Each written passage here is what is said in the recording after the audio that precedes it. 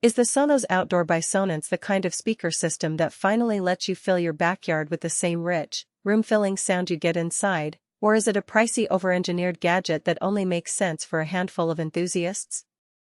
Who should definitely consider adding these to their patio, and who would be better off putting their money toward a simpler Bluetooth bar top? And, most importantly, does the price line up with what a typical homeowner actually gets out of them on a day-to-day basis?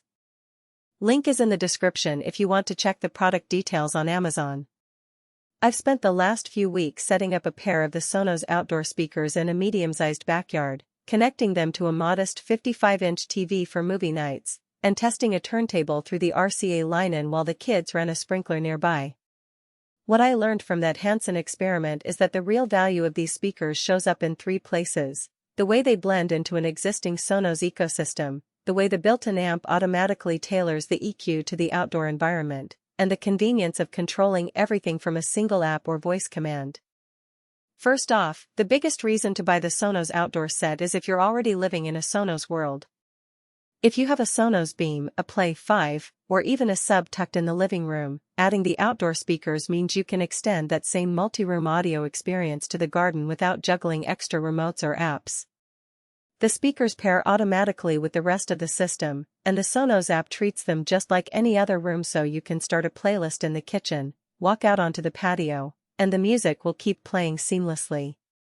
That level of integration is something you don't get with most standalone outdoor speakers that rely on proprietary apps or Bluetooth pairing. In practice, I set the speakers up on two weatherproof brackets about 8 feet apart, plugged each into a standard 120-volt outlet, and used the Sonos app to run a quick room calibration that measures how the sound reflects off the concrete slab and the surrounding foliage. The amp inside the speakers does the heavy lifting, adjusting the highs and lows so that the bass stays punchy without turning the entire yard into a rumble zone.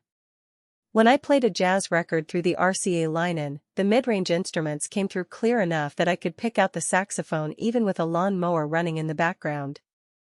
When I switched to a streaming playlist via Apple AirPlay 2 from my iPhone, the transition was instant, and the speakers responded to voice commands from my Alexa device without any extra setup. That convenience, though, comes with a couple of hidden trade-offs. The speakers need a stable Wi-Fi connection, so if your router is tucked away in the garage and your yard is at the far edge of the house, you may notice occasional dropouts or a slight lag when switching sources. The built-in amp means you won't have to buy an external receiver, but it also means you're locked into the inputs that Sonos provides: HDMI ARC for a TV and a single RCA pair for analog sources. If you wanted to hook up a modern streaming player with an optical output, you'd need an extra converter. The lack of Bluetooth isn't a deal-breaker for most Sonos users, but for anyone who relies on quick photospeaker drops without a Wi-Fi network, it can feel limiting. From a cost perspective, the Sonos Outdoor by Sonance sits at the high end of the consumer outdoor speaker market. For many families, the price tag will only make sense if the speakers are going to be used regularly. Think weekly BBQs, summer movie nights, or an outdoor office where you need reliable background music while you work. In those scenarios, the ability to stream directly from the Sonos app, control volume with a voice assistant, and have the amp auto EQ for the space really does feel like you're getting more than just a pair of loudspeakers.